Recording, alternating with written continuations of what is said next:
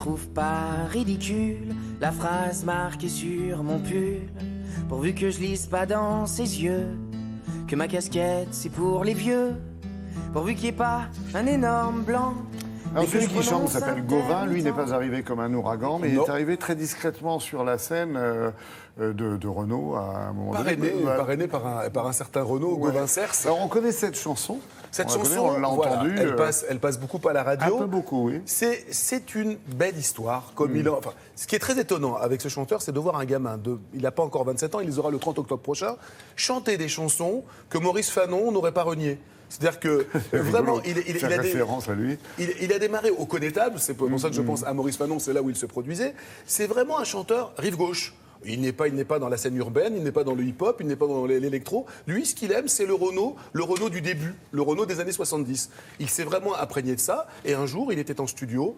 Un de ses camarades qui l'accompagne sur scène dans des cabarets était en train d'écouter une maquette. Renaud avait prévu de faire, en première partie de ses spectacles, un petit film récapitulatif de sa carrière. Il a trouvé ça totalement mégalo. Deux jours avant le spectacle, il a décidé de virer ça. Et il entend la bande de ce gamin. Il écoute les chansons. 2 heures après, il l'appelle. Il lui demande s'il est libre.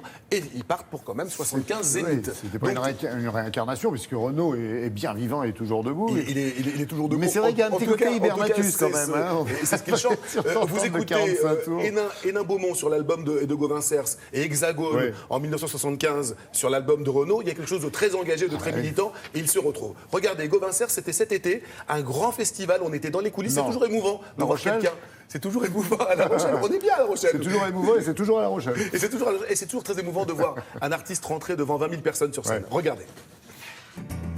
Elle avait pourtant un beau nom, ma commune Hénin Beaumont. J'ai vu la haine dans ses suffrages, moi je déménage. Je m'appelle Gauvin Cers, j'ai 27 ans et je suis auteur-compositeur-interprète. Alors, Gauvin, école d'ingénieur à Toulouse, je crois. Exact. Durant toutes ces années d'étudiant, la chanson, elle avait quelle place pour vous? C'était un rêve que vous caressiez comme ça en parallèle ou... Ouais, c'était caressé, mais c'était pas évident à ce moment-là. Ça s'est fait vraiment petit à petit, pas à pas. Pendant que je faisais mon école d'ingénieur, c'est là vraiment que j'ai commencé à écrire les premières chansons, à faire les premiers concerts, mais ça s'est fait vraiment petit à petit. Il n'y a pas eu de gros déclic.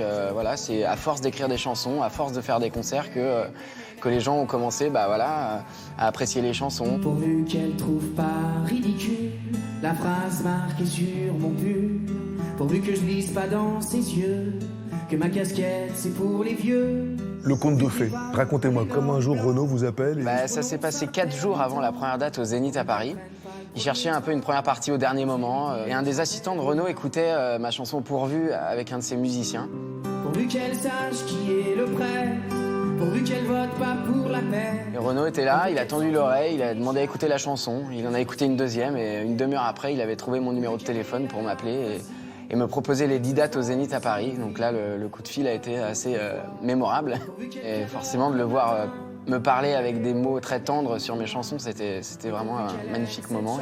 Et tout s'est enchaîné après, parce qu'on devait faire que les 10 dates à Paris. Et finalement, on a fait toute la tournée. C'est l'un de ces jours marqués d'une croix, au marqueur noir indélébile, le genre de jour qu'on racontera dans 40 ans à sa petite fille. C'est pas un peu risqué d'affirmer haut et fort avec autant de fierté cet amour d'une certaine chanson française classique? Ouais, je sais pas si c'est risqué, mais je crois qu'en tout cas... Enfin, moi, de toute façon, mon but, c'était d'être sincère. Et comme c'est celle-là que j'aime, c'est celle que je voulais faire absolument. Et je me voyais pas du tout chanter en anglais.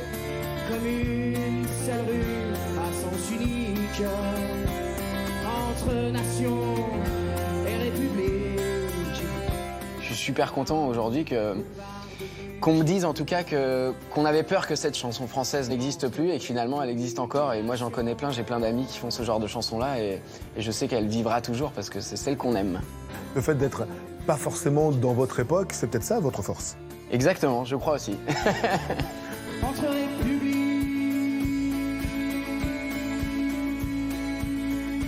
et nations.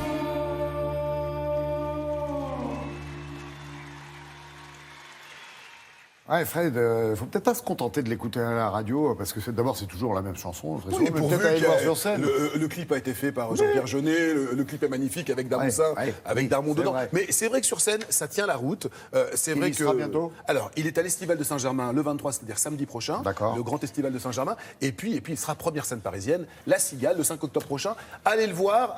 C'est vrai que pour l'instant, on le compare beaucoup à Renaud. Je pense que très vite, on va voir que c'est un auteur-compositeur qui va exister par lui-même sans ce parrainage. Merci, Fred.